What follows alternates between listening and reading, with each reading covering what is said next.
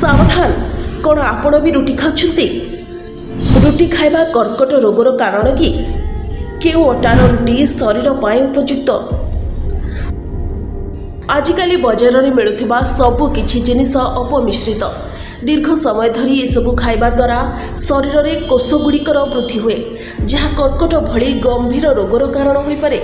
एपरी खाद्य अच्छी जहाँ थरे खाइबा द्वारा शरीर को कौनसी क्षति पहुँचाई न थाए किंतु यहाकू बारंबार एवं दीर्घ समय धरी खाइबा द्वारा क्षति पहुँची थाए।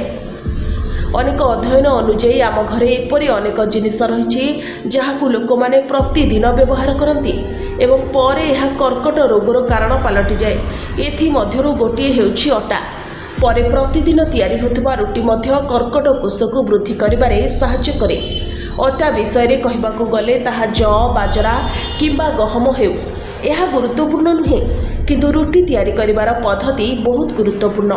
जदिओ कौनसी निर्दिष्ट अटारु तैयारी रुटी खाइबा द्वारा कर्कट रोग होई पारे बोली ताहा प्रमाणित होई नाही किंतु एहाकू तैयारी करिबा समय आमको ध्यान रखिबाकू पड़िबो। जदि आमे एहाकू दीर्घ समय धरी सेवन करिबा तेबे आमे कर्कट भली गंभीर रोगर सम्मुखीन हेबा। जदि लोक माने दीर्घ समय धरी बासी रुटी खांती तेबे एथिरे थिबा विषाक्त पदार्थ कर्कट भली रोगर कारण होई पारे।